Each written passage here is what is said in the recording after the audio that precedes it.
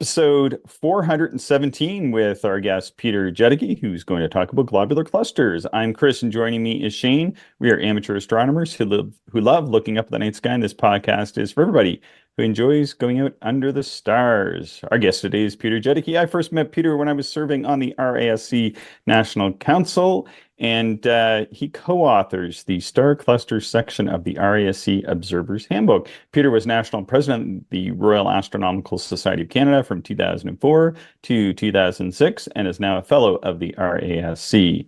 He is an honorary president of the RASC London Centre. His favorite astronomical topic, both astrophysically and as an observer, is globular clusters. And lastly, Peter helped start the list of asteroids Canadians are named after, and that was our previous topic. But today we're going to talk about the globular clusters. So first off, Peter, we were just chatting in the preamble to the show. How is your eclipse experience? I understand you were not in Southwest Ontario under those clear skies, though. Right. Hi, Chris and Shane. It's good to be back with you. My wife and I decided more than a year ago that we would head down to Texas, where the climate studies showed quite clearly that we had a better chance of clear skies for the April 8th, 2024 total solar eclipse. And it just so happens that we had some good friends whose house out in the countryside is just within a few hundred meters of the center line. And they were quite adamant about having us come down and party with them. So we went a week early. We had wonderful dinners, and we had opened a few bottles of wine before the eclipse date. And when the eclipse date came, of course, it was overcast. That happens. I'm really glad that everybody in southwestern Ontario got to see the eclipse so beautifully. I'm hearing anecdotally that there's quite a few young persons who potentially have had their lives changed by seeing that total solar eclipse. And my wife and I, between the overcast, we did have enough sucker holes that we got to see pretty much the whole eclipse in little bits and pieces. So I'm not, I'm going to chalk it up into the win column. But, there is something a little more, I'm not going to say calming, because it's hard to say calm is a word to describe a total solar eclipse experience. But when we were at the 2017 eclipse in Kentucky, not a cloud in the sky. And then you can kind of relax and you kind of anticipate what your procedures are going to be, kind of think it through in your mind, what you're going to look for, what sort of steps you want to follow, which all, of course, goes right out the window as soon as you start screaming when totality starts. But still, it's nice to have that as part of the experience. And whereas when you're looking through mostly overcast skies, you have this constant sinking feeling that every glimpse you get might be the last chance you see. So there's a little bit more anxiety involved in that. Nonetheless, as I kind of hinted, it really can be a life-changing experience to witness a total solar eclipse. And as you guys know, because you're amateur astronomers like I am, it's something that occupies a corner of your mind basically every time you think about astronomy through your whole life, even going back to childhood. I mean, I've been interested in astronomy, I think, since I was 6 years old. And I think I probably understood how eclipses happen by the time I was maybe 8 or 10 years old. And I kind of took it for granted that eventually in my life I would just be able to see total solar eclipses. Of course, the world was going to be set up for my convenience. So of course I would see them. And, by the time I was an adult, I realized that ain't that simple, but it is Exactly. worth it. Yeah. Exactly. Were there a lot of people down there, Peter, in the Texas area where you were, like there for the eclipse? Yeah. We drove down a week early. So, even like the biggest city that's entirely within the path of totality was Indianapolis. And as we drove around Indianapolis, this is a week before the eclipse, we saw a minimum of five. We saw five large billboards, all advertising the eclipse. Hmm. How often does that happen for an astronomy event? And when Hmm. we got down, we were in central Texas. The nearest sizable town is called Kerrville. And Kerrville had like a million things going on: the city council, the parks and recreation department, schools, buses, the police force. Everybody was planning for the eclipse. They were saying that this, small city of something like, I forget what the population was, but something like 30 to 50,000, they were expecting over 250,000 visitors.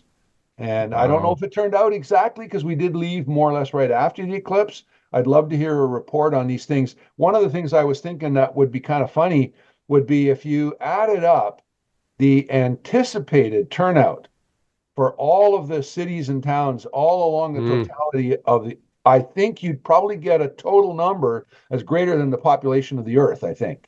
Hmm. They were anticipating everybody would come to their village. So St. Thomas, Ontario thought all of 2 million folks from Toronto were all going to come. And, Aylmer thought that all 2 million folks from Toronto were going to come to Aylmer and so on down the line. And of course, that doesn't make logical sense. But when you're dealing with eclipses, it's all about emotions and your response. Mhm. So Mhm. pretty amazing. Yeah, very cool.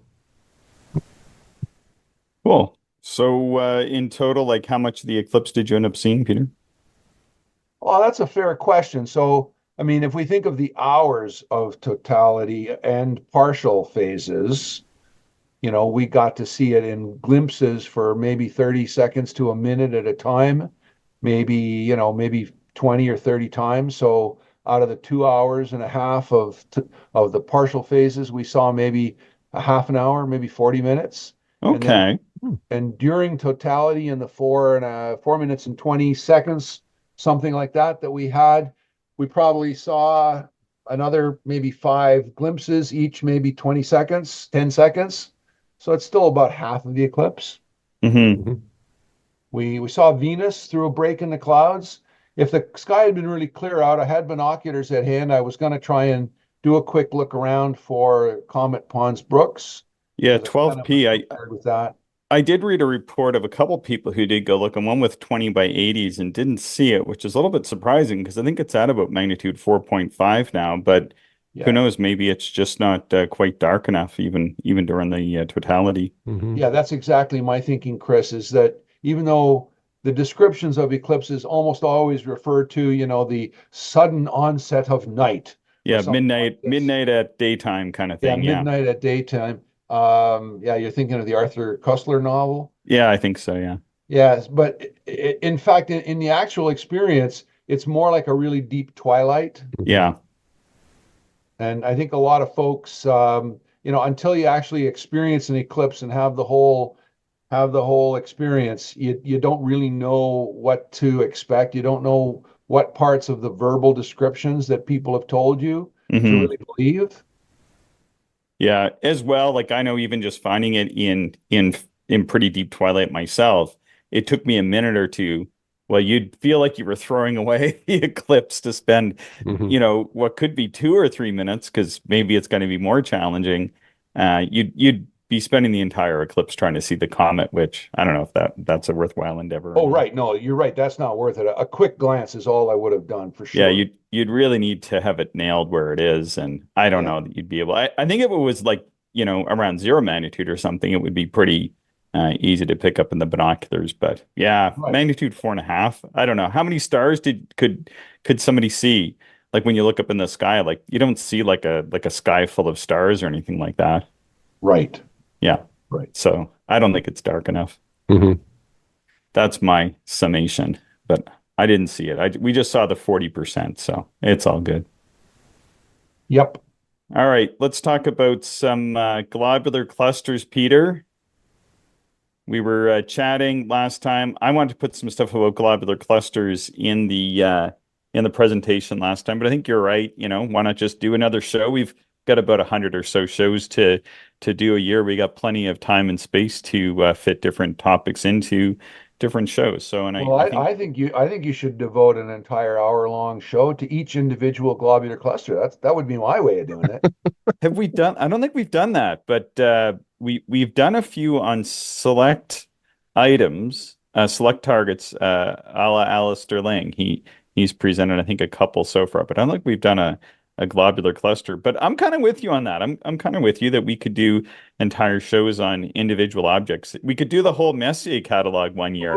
Yeah, never mind the rest of the Messier catalog, but even with the globular clusters, what you could do is you could do a whole hour show on each individual variable star in a globular cluster. Whoa. Sounds like we've got quite a plan in front of us, Chris. And, Ooh. and that and that and that leads me quite naturally and smoothly into my first anecdote. Okay. In 1980 at the General Assembly of the RASC in Halifax. One of the presentations was by none other than University of Toronto Professor Helen Sawyer Hogg, who Oh, yeah. I refer to as the Grand Lady of Globular Clusters. And so there I was sitting in the audience, and it didn't actually happen this way, but in my imagination, here's what I saw and heard. This wonderful old lady steps up to the microphone.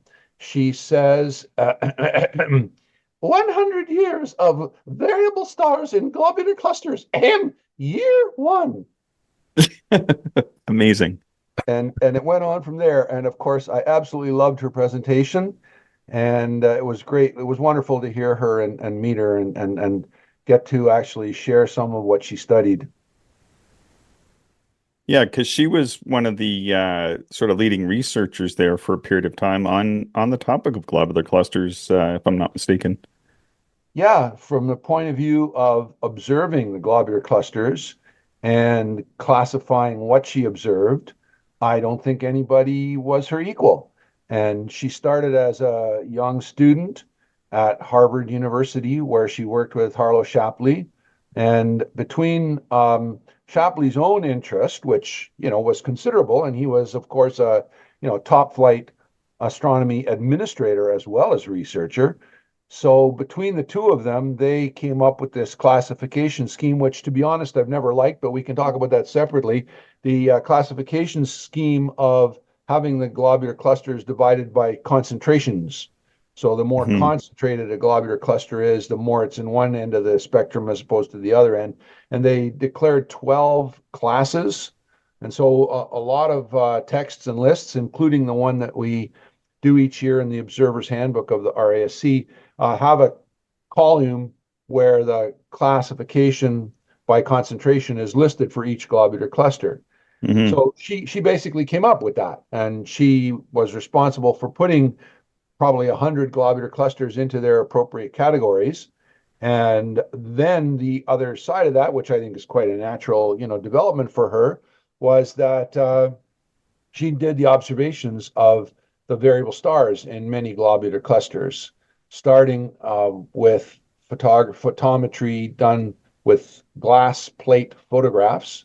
I don't know what her first telescope was, but I'm going to gamble that it was something at Harvard, at the Harvard College Observatory in Massachusetts. And then she spent a few years at the Dominion Astrophysical Observatory in Victoria, British Columbia. And those years are nicely covered in, again, not to jump the topic, but Peter Broughton, who is a past president of the RASC and served in many capacities in the RAC executive, he wrote a book called Northern Star, which is the biography of John Stanley Plaskett, who was the guiding light and director, the first director of the Dominion Astrophysical Observatory when it was built out there in Victoria. And so he brought Helen Sawyer Hogg to Victoria. I think it was in the 1930s. Sorry, Peter, can I just give a small correction? Yeah, Northern Star, J.S. Plaskett Yep. by Peter Broughton, just to make sure I got it all together for people, because people do go and Google it. Very good. Yes, and Yep. and it's an excellent book. My copy is signed by Peter Broughton, and I was pleased to receive it from him. And I actually only just read it this past winter. Finally I got around to reading it. It's quite an engaging story of a Canadian astronomer, of course. And anyway, so having Helen Sawyer Hogg there gave her access to glass plates taken by what was, for a short time, as you probably know, the largest telescope in the world. And then for a longer time after that, the second largest telescope in the world. And so she studied the variable stars in the globular clusters that way. And later on in her career, she first of all had access to the even larger telescope at the David Dunlop Observatory outside Toronto. I got to work with some of the glass plates that she took there. mhm. And then, of course, down in Chile, starting in the 1970s, there were quite a few plates that we analyzed that were taken by one of the telescopes down there that she had organized. The story that sticks out most to me about her work at the David Dunlop Observatory is that when she had I'm not sure how many children she had, but anyway, she had one of her babies with her, and she would take the baby up in a basket or something into the secondary cage when she was taking those plates, and then would actually take the baby out, hold the baby, put the plate in the basket, lower the basket, and people would remove it, send the basket back up, and she dropped the baby back in. Wow. That's hilarious, and it That's a great doesn't story. surprise me at all. Yeah, yeah, pretty. Of course, there were very strict rules and procedures for having ladies at the telescope, Yeah, at night. yeah, exactly. I'm just looking up here too, just while we're on the topic of globular clusters and Helen Sawyer Hogg, HelenHoggg. People can look this up, but she added actually some Messier globulars. She added 4 Messier objects to the Messier list of 109 or 110, however you read it. But she added Messier 107, which is in Ophiuchus, as well as Messier 14 in Ophiuchus, both globular clusters, and then the galaxies M106 and M105 as well, of course, because she was not only a great a great astronomer, but she was also somebody who was interested in the history of astronomy, had gone through some of Messier's original notes and stuff as well. Peter, I'm sure you know a fair bit more about that than I do. Well, no, those are all great additions here, Chris. And I do remember that she wrote, I don't think it was a book, but she wrote at least one article where she talked about, her investigations into Messier's notes. And that article is where she, tossed in those extra 4 Messier numbers. So I think you're right. I think the last couple on the Messier list really should be credited to her, that it should be credited to her that they are on the list at all. Hmm. I'm just looking up. Just while we're chatting here, I did find her paper that you were citing. It was in the Journal of the Royal Astronomical Society of Canada, volume 67, page 8, called, strangely enough, Variable Stars in Globular Clusters by Sawyer Hogg, H. Dot. So if people want to go and read that, it's freely available online to those with access to Google. Well, is that the article where she talked about the research into Messier's notes? That doesn't sound like the right title. No, it's not, but you Yeah. referred to that earlier just while I was searching for that one, but I couldn't quickly It might locate. be that this was part of a regular column that she wrote. She had a regular thing that she would put into the Journal of the RASC. And as you probably know, she also, for many years, wrote I think weekly or maybe it was monthly, but a frequent article that appeared in one of the Toronto major mainstream newspapers. So Yeah, she was responsible for turning on, basically a whole generation of youngsters and citizens who would read the newspaper and learn about general astronomy from her, basically. yeah. One of the older articles that I used to read by her was the one, I think it was in the journal called Out of Old Books, Yeah. Essays of the History, because that one really inspired me. Like that series, I think that was in the Journal of the Royal Astronomical Society of Canada. And I've often thought about kind of doing a bit of a redo on that one, or a reboot, maybe is the best way to put it, since it's something I'm rather interested in as well. I'm just looking Definitely here. a worthy project. Yeah, because I'm somebody who likes to read all these old articles, and then you find stuff every once in a while. Every once in a while, I'll put a journal article out, but I'm not finding one here on the. All it says is this is from SEDS. I'm sure you're familiar with SEDS. Was that when researching globular cluster publications, Helen recovered a longly forgotten letter by Pierre Machin, and then it says Helen Sawyer Hogg Sawyer, 1948 in Bode's Jarkbuck for 1786, in which he disclaims his discovery of M102 and lists 4 newly discovered deep sky objects, which she proposed to be added to the Messier. Let's see here. But it's not linking. It lists all the objects, but then Yep. it doesn't really list the article. Oh, no, wait. Yeah, actually, it was in the Out of Old Books. Helen B. Sawyer Hogg, 1947, Out of Old Books dash catalogs of nebulous objects in the 18th Century Journal of the Royal Astronomical Society of Canada, volume 41, page 265 to 273 for those interested. And then as well, she wrote a follow-up one the following year, 1948, Volume 53, page 17. Doesn't say. Must be the same title of some sort.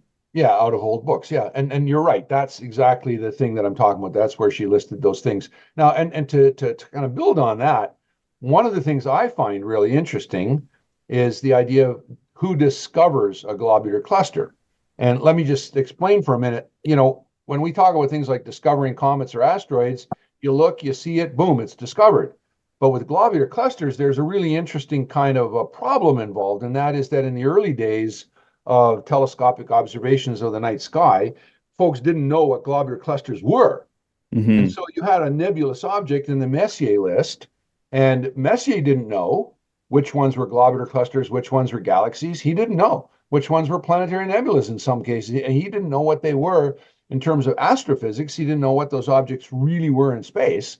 And so he just reported them, as nebuleuses sans étoiles, and Hmm. that's all he had to say. And so it might be a fair thing. And I've wondered about this myself, and I've done a little bit of work about this. Who actually discovered a globular cluster? Was it Messier when he just didn't know what it was, or was it later? And in many cases, it's either William or John Herschel who went through the list and looked at those things and said, "Oh yeah, that's got stars in it. That's a globular cluster," and so they would get credit for it. And so I can actually talk about one case in particular. This is another kind of fascinating, cute little anecdote. So, in the case of not one of the Messiers, this is NGC 5694.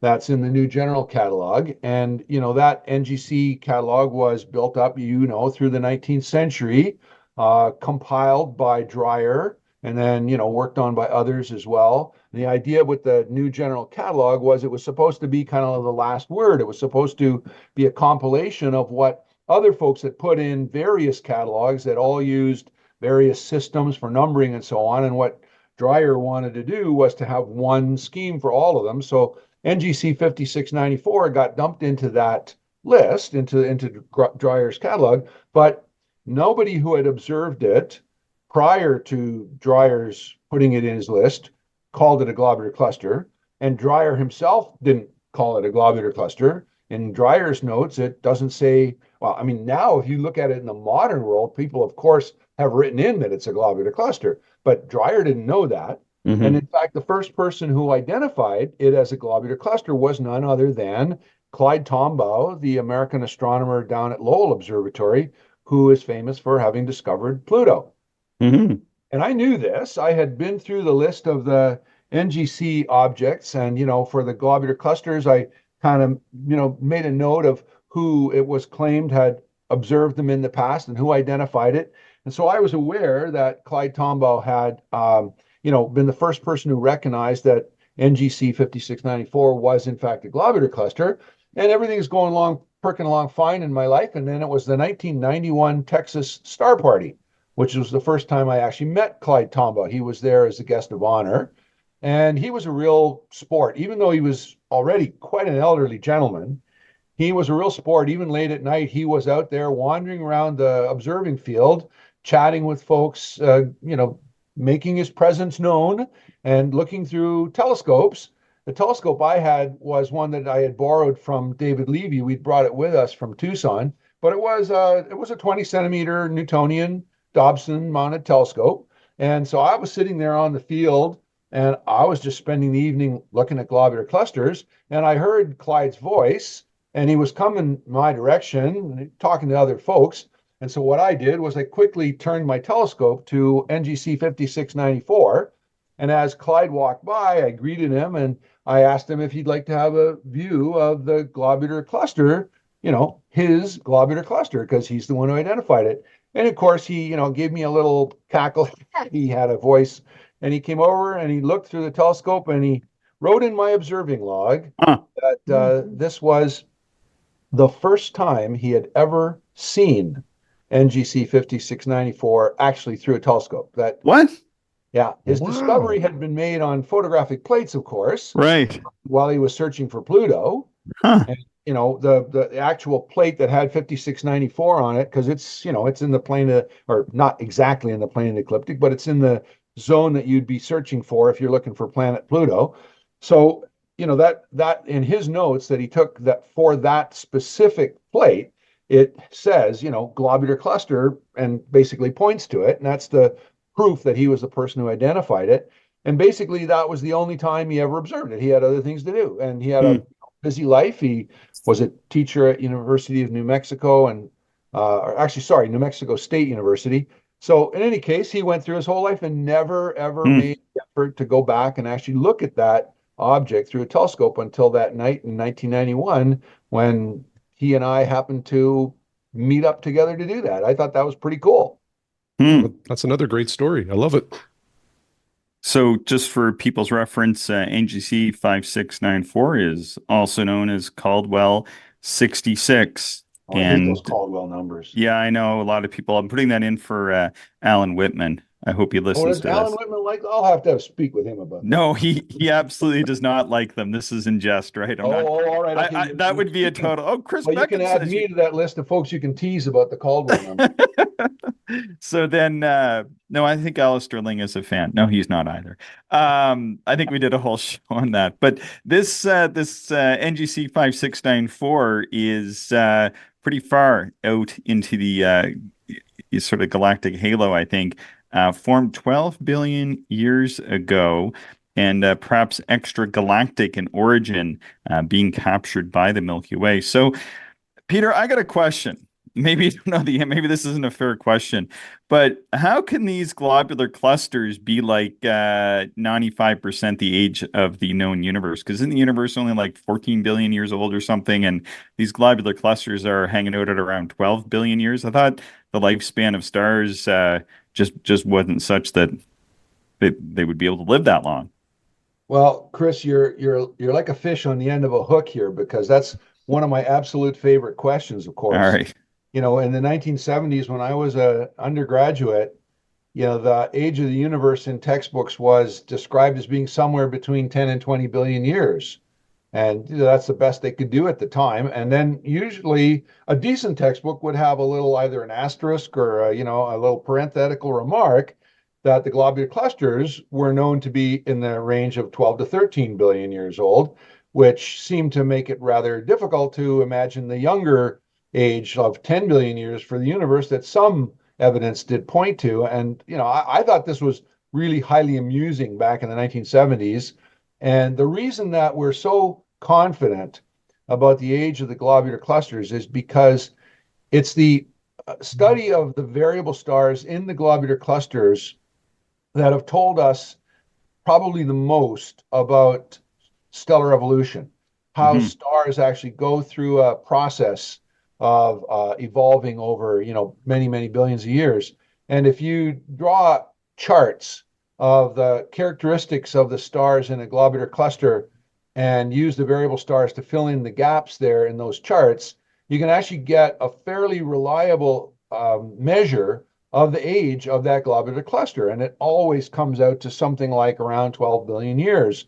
It's almost not even worth making a separate note, although in the modern world, in the 21st century, things are getting much more subtle. But by, the mid 1970s, basically all globular clusters had an age listed of something around 12 billion years. And there were an awful lot of interesting technical things that could be studied, but that was kind of the attached wisdom. So we were pretty confident that we knew the age of the globular clusters even 50 years ago. And our view of the rest of the universe has gotten much more refined since then. But the globular clusters still have that kind of interesting place in the big picture that they are that old. And that makes it really quite fascinating. And I've always found that really quite a wonderful aspect of the study of globular clusters. Hmm. Yeah, I'm quite interested in them myself. Actually, I got up this I know morning. you I are. was I was out doing a little observing, taking a look at M10, M11. Actually, the first thing I wanted to look at was M4, and then I was taking a look at that the other little. I got the 12 by 36 binoculars. I could just barely get NGC 6144 there as Yeah. well. But yeah, took a look In at quite a between few. in between M4 and Antares. Yeah, That's that's what's sort of that's at right. an isosceles type triangle above above the both of them.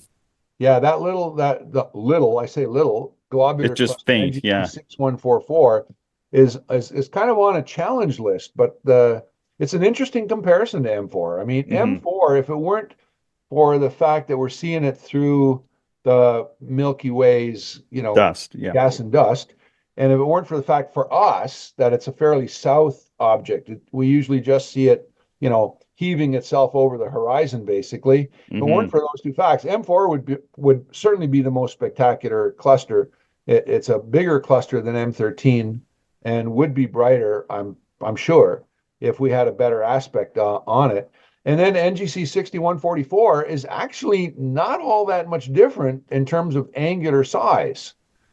It's not as bright, Yeah. but It's folks faint. tend to Yeah. think of it as a small globular cluster, but it's really not.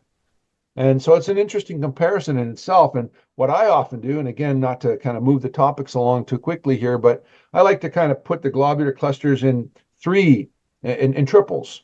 So there's a hard one, an easy one, and a medium one, and I try and group them together. Generally speaking, I do this with individual constellations, and in Scorpius, the third one, which is the medium one of the three, is M80. M80. Yeah. Just It's a north of little there. farther up Yeah. the towards the claws of the scorpion, but it's easily found when you're looking at M4. And if you do make the effort to look at NGC 6144, which I think is probably beyond most novice observers.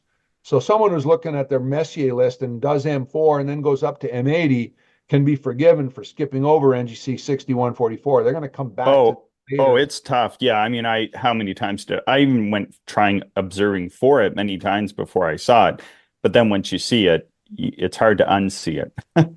Right, exactly. And the other thing that makes me laugh about that pair, M4 and NGC 6144, you often see folks will photograph that region of the sky because of the colored gas clouds that are in there. The Yeah. colored gas clouds are associated with Rho Ophiuchi, which is just a hop, Yeah. skip, and jump north of Antares. Yeah, it's a triple And star, I think, or something like that. yeah, it is. It's a triple star, exactly. And I'm not sure how much of the gas really actually belongs to Rho Ophiuchi, but what'll often happen is you'll see folks will take this incredible, astrophotographers will spend a huge amount of data on the Rho Ophiuchi region, and they end up with these blue and yellow, clouds with all these dark shapes running through them. And they forget to point out that Antares is right there in the picture, Mm. and so is M4. And Hmm. if they've done a decent job, the first thing I always look for, well, I guess I'm bent this way, but the first thing I look for when someone shows me a photograph of the Rho Ophiuchi region, I try and see if they've picked out NGC 6144. If Hmm. their picture shows that, then I think they did a good job on the picture. I don't care how much work they did. It's wonderful, but how much work they did on the blue and the yellow and the orange gas clouds, I want to see that globular cluster. I really failed last night. I got up and I even had this in the back of my mind yesterday, but it's kind of chaotic getting this place up and running. And I went out and I neglected to look at NGC 5897 and M5. I walked out the door at 3:20 in the morning, which is the exact moment when these culminate at the meridian, which is rare because this is like you have only a few weeks to catch these when they're at the meridian because Yeah. either they're in morning twilight or they're in evening twilight. It's a very narrow window here of only a matter of weeks, not even a month, I think, that you can get them. So I'm hoping we get another clear night, fingers crossed, here in the next few weeks, because that NGC 5897, which is an eighth magnitude, 8.5 magnitude globular cluster right between Zuben Escamalier and Zuben El Janubi, if I'm just calling this up off the top of my head, there in Libra is one of my favorite globular clusters. However, there's like years that can go by where you can't get it when it's at the meridian. Just you'd never get the right night. So Yeah, last night that's was the night, and I totally messed it up. well, that's interesting you say that. Yeah, I didn't really, I don't observe it any on a regular basis.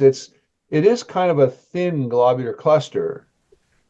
So I can again forgive folks if they don't, put it on their regular observing program. You say you have been observing it regularly.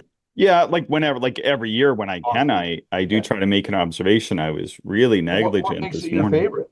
Well, it's actually On one of fairly your, bright. Yeah, you think? it's Oh, okay. yeah, like eight and a half magnitude. Like if you look at it compared to these other ones we're talking about, I can pick that up really just about as easy as M80.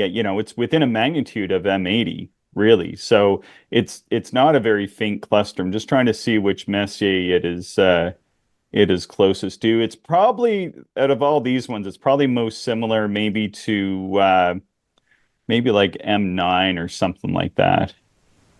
It's Well, pretty those are close. good comparisons. I hadn't really thought about it that way. I always thought of it as fairly thin, just because maybe I'm thinking only of the glass plate photography that we had from the 1970s, but you can pretty much see right through it. Yeah, but you can see it in binoculars. Yeah, it's sort of a remarkable little one. But I haven't done a sketch of it yet. I really wish I'd brought my scope out. It wasn't supposed to be clear last night, and it was just like the opportunity presented itself when I went out. And I did observe four or five other globular clusters, so I didn't do too bad knowing that we would be chatting today. But anyway, I'm rambling on here. But I just think that this is the time of year if people are going out observing to try to get people should take a look for NGC 5897 as well as for M5 because they are lying on the meridian, while it's still dark in the early morning hours. This is when you want to go out to be observing them. Yeah, that's good. Of course, NGC 5897, we didn't just pull that out of a hat. That's a globular cluster that Helen Sawyer Hogg studied Hmm. back in the 1950s. Um, so there were four variable stars in it that she discovered with her photography. And then in the later 1950s at Palomar Observatory, Alan Sandage added three more variable stars. So there were seven that were known at the time around, the turn of the 1970s when I came into the picture. And 5897 was studied here at Western University, where, in my town here in London, Ontario, by a professor named Amelia Waylau. And when I was an undergrad at the end of my second year, she hired me for the summer as a research assistant. And that was the cluster that she wanted to analyze for that summer. So I Hmm. got involved um, both on the observational end because we went out to the Elginfield Observatory near London and took photographs of 5897. And it's interesting. I'm trying to think this through in my head as when you were talking about this a second ago, that it's on the meridian now in Hmm. April. Hmm. We were observing it in, June and July. Oh, it's low. So it's going to be a fair bit different Yeah. already. Um, and the because it's in the south, it's in, as you mentioned, it's in Libra, so it's not all that high up off the horizon, higher than Antares and M4 we were just talking about a couple of minutes ago, but not much higher. And I find that looking back at the glass plates we took with the 1.2 meter telescope there at Elginfield, they looked very grainy and foggy compared to the pictures that were loaned to us by Helen Sawyer Hogg that were taken down in Chile Do you in still the have Atacama those? Desert.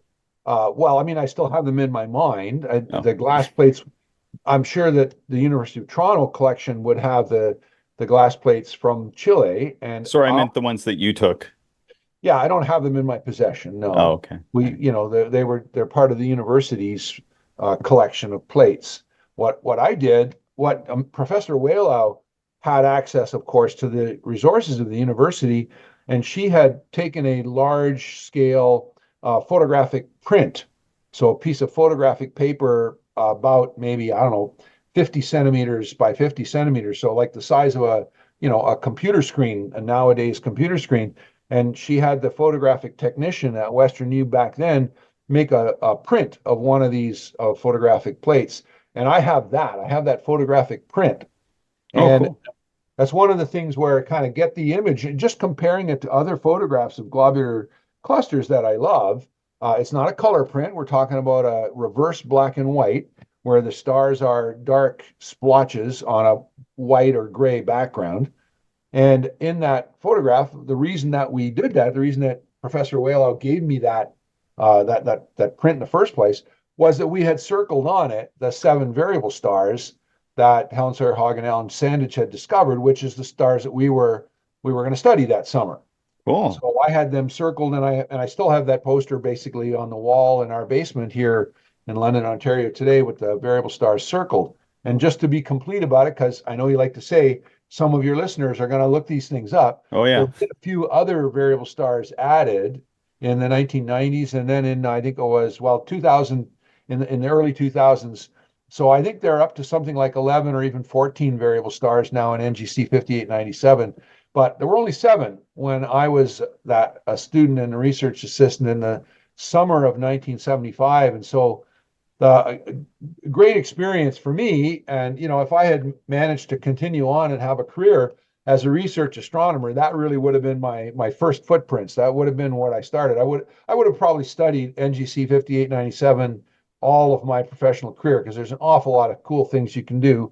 And other researchers have done those things and published and so on. But the fun part of the story for us, there's 2 aspects of it. One is taking the photographs. So you're sitting up there in the old days before CCD cameras and before stacking images. You're sitting up there in the telescope dome. It's a summer night, so it's not particularly cold, but somebody had to actually guide the telescope. So I'm sitting under the 1.2 meter telescope with a little tiny, a little slice guider. So Mm-hmm. the frame of the glass plate is a rectangle, but of course the field of view of the telescope is a circle. And in that little tiny, crescent-shaped sliver at the edge that wasn't in the photograph, but was in the field of view, the telescope was set up with a little tiny finder that was looking at that little area. So Mm-hmm. I would guide these pictures for, I think the photographs we took were somewhere in the 20-minute to half-hour range. And then I would go into the dark room and actually, develop them right there on the spot at night. And that way in the morning, we'd have 4 or 5 or 6 maybe plates that to add to the collection. And there's some crazy stories there. Being an observer in a professional observatory, I was not a professional. I was just a young student, but I got to rub shoulders with this big telescope, and that was quite wonderful. But the real fun for me started when the plates came back into campus, and I had to sit in the basement, sitting in front of a machine called an electronic balancing variable iris diaphragm photometer. I learned to say that real quick. And I had to measure these plates. And this gave rise to all kinds of fun little stories. I'd be sitting there in the basement, and so the idea behind a variable iris diaphragm photometer is it was a machine about the size of a bar fridge. And inside it had, lamps and motors and gherkins inside there. And in fact, the one that we had at Western U did actually have a photometer inside, not a CCD, but the old style of an actual photo tube. And on top of the machine, on the horizontal surface at the top of this bar fridge size thing, there was a stage. So you would put this glass plate. The glass plates were something like 10 by 15 centimeters rectangular, and there'd be a frame there. So you'd put the glass plate in the frame, lock it down, and then there'd be little, gears that you could turn so that the plate would move left and right, up and down, well, forward and back, left and right.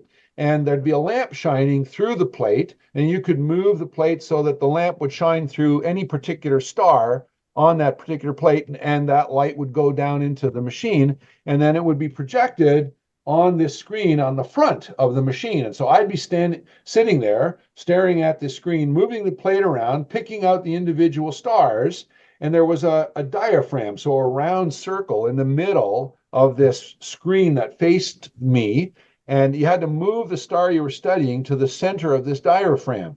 Now, the diaphragm opens and closes. And in other versions of this machine that I've read about, the operator, me, would have to make the adjustment of the diaphragm themselves. But ours was electronically balanced. So what happened was that diaphragm always would open and close so that it would admit the exact same amount of light into the detector.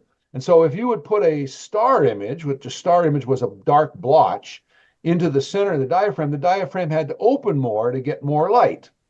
And what you would do then, he was write down the reading of the opening of the diaphragm. And you did that for maybe 20 or 30 or even 40 stars on the plate in the globular cluster. And then you would chart those 40 stars on a graph. And of those 40 stars, all but 7 of them were standard stars with known, pre-measured, well-established, heavily studied numbers for their actual brightness. So you knew how to relate the actual brightness of the star with the diaphragm setting on the machine. So you draw a graph, and the graph would have a line on it where the brighter stars required a bigger iris opening and the dimmer stars required a smaller opening. Other way around, I think. Anyway, point is you'd have this graph, and then you would put the variable stars whose actual brightness you wanted to find out. You'd plot those by the diaphragm opening and see where they fit on that curve. And that was how we measured the brightnesses of those variable stars. And that was sort of the standard technique for measuring brightnesses of variable stars all through the 1950s, 60s, and well into even the early 1980s before CCDs came around. So I spent basically almost the whole summer sitting in the basement doing that, measuring these stars, plotting literally on a piece of graph paper with a sharp pencil, how the individual plates turned the brightness of the little gray blotches into the brightness of the actual stars in the sky. Then I would enter the data into computer cards. Remember the old Hollerith cards? And I would type them in, and then I would submit them as a batch with a little group of cards that had the program that analyzed them to the computing center. And then I'd go home. That would be my day's work. And then I'd come in the next morning and walk over to the computing center and pick up the results, basically. And so what we were looking for, what Helen Sarah Hogg was looking for, what Professor Amelia Whale here at Western U was looking for, was to find the brightness of those variable stars each and every night. These are RR Lyra type stars whose brightness varies in about a day's time, somewhere between 10 and 30 hours sort of thing. And so you would be trying to figure out what the period of these variable stars were. The period then could be used by theoretical analysis to tell you what kind of star and where they were, where that star was in its evolutionary process. And that was the whole point, of course, to try and understand the variable stars in the context of the globular cluster and the globular cluster in the context of the history of the galaxy and the universe. Mm-hmm. Wow. It's a great memory for me to think that it's, getting close, almost 50 years ago now. That would have been my professional career if I'd been a professional astronomer. Wow. Very, very cool. But you ended up being more of a philosopher, I believe, if I'm not mistaken. Yeah. That kind of life led me that way, shall we put it? But I do, and as in terms of philosophical aspects, thinking about what the variable stars tell us about the globular clusters, what the globular clusters tell us about the galaxies, what the galaxies tell us about the universe, that becomes a philosophical question, right? Where do we all come from? Where is this universe going? I love those questions. And you're right. I ended up basically spending more time studying that than measuring more variable stars. You and me both. So, on that note, where do globular clusters come from? Well, I wish I knew the answer to that. That would be really great. I mean, when I read the modern research, of course, the real answer to your question is very technical. And it's definitely beyond me to understand the full impact of all these, research results that have been coming out of the Hubble Space Telescope the last 30 years.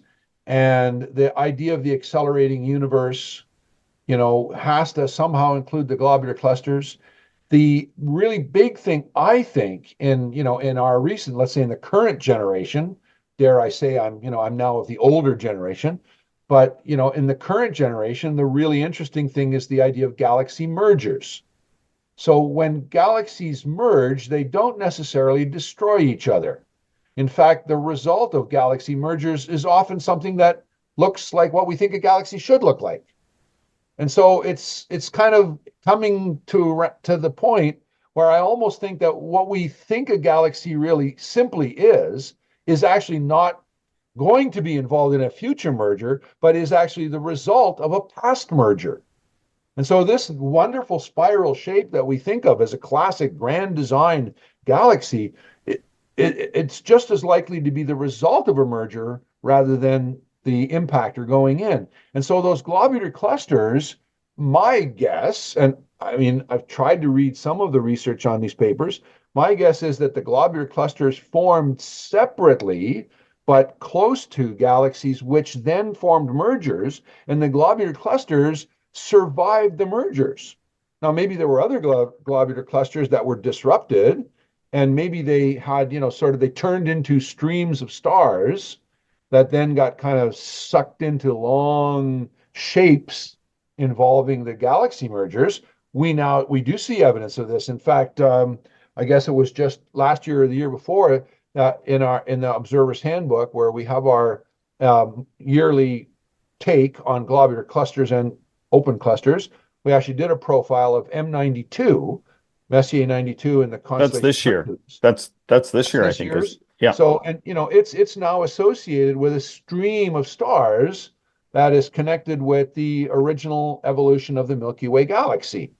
So I think that's an interesting concept. It kind of makes sense to me. And I would love to hear, professional researchers talk about and expand on this.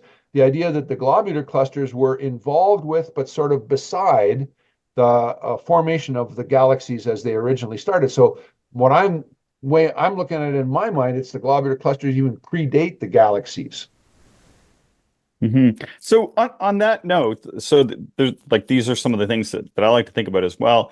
So are the stars which globular clusters are comprised of, are these just really old stars? Would the stars themselves be 12 billion years, or is there a whole stellar evolutionary cycle that's taking place inside of globular clusters to allow them to exist into the billions of years of the epoch? I think that's pretty much exactly the way I thought of it in the 1970s, and I don't think it's changed too much since then. The idea is that we're seeing stars in the globular clusters that are old, and they are literally that old. So they're more reddish stars, and when you look at the actual chart that shows them, all of the stars that were bigger, more massive stars in the early parts of the spectral classifications, those stars have already evolved off the main sequence, and that's where the variable stars come in. So the stars that are the really oldest ones that are still on the main sequence are in the FKG part of the stellar classifications, and all of the O and the B and the A stars have evolved off that and are in stages of their development where they are variable stars. That's why the variable stars are important to observe. But yeah, so the answer to your question is those stars in those globular clusters are that old. And why do the globulars hang out in the halo? So with the open clusters, they tend to be right in the sort of the central band of the Milky Way. How come the globulars sit in the halo? They sort of surround the Milky Way. You can go out any time of year and see them. There's a few that we see in the Milky Way proper, but is this just because they're slowly being captured as the Milky Way absorbs other galaxies? Why are they in the halo? Yeah, I think the last little bit is maybe a little bit too too large of a scale. But the first thing you said there, it is what I understand the correct idea. We shouldn't really associate open clusters and globular clusters together. They're a different kettle of fish. Sure, the same rules govern the development of individual stars, but how those stars form together into clusters is a different story for open clusters. And as you pointed out, the open clusters are concentrated in the plane of the galaxy. They're an actual phenomenon related to the disk of a galaxy, whereas with the globular clusters, they're around in the halo. And I think that's connected to what I was just describing, that they are in fact sort of separate from the evolution of the galaxy. They hang around the galaxy just because they're connected with it by tidal forces, gravity, but they aren't necessarily bound to it unless they just happen to be that particular case. You mentioned, that at least one of the globular clusters we talked about, NGC 5694, might in fact not belong to the Milky Way. I think it probably does. famously, back in the early days, 100 years ago, Harlow Shapley referred to the NGC, what is it, 2419, if I'm getting the number right. He referred to it as the intergalactic tramp. Oh, this is the one up in Lynx. Yeah, exactly. And he was pretty sure that it didn't belong to the Milky Way galaxy, and I think he was right. And it's 2419. Yeah. yeah, 2419. So Caldwell 25 for Alistair. Yeah, sir. very good. So yeah, and that's another one that's a fun one to observe. It's well away from the plane of the Milky Way, so it's in a good spot in the night sky to see. Hmm. And it's such a distant object that it's very dim, and that makes it quite an interesting and challenging thing to look at. So yeah, so the idea is that the globular clusters are in the halo because they didn't form with the galaxy.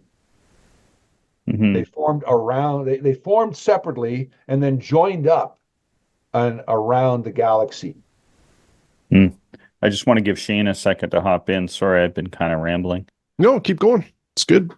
Peter, what's your favorite globular cluster? We're getting towards the end here. Do you have a favorite set of favorites, southern, northern hemisphere?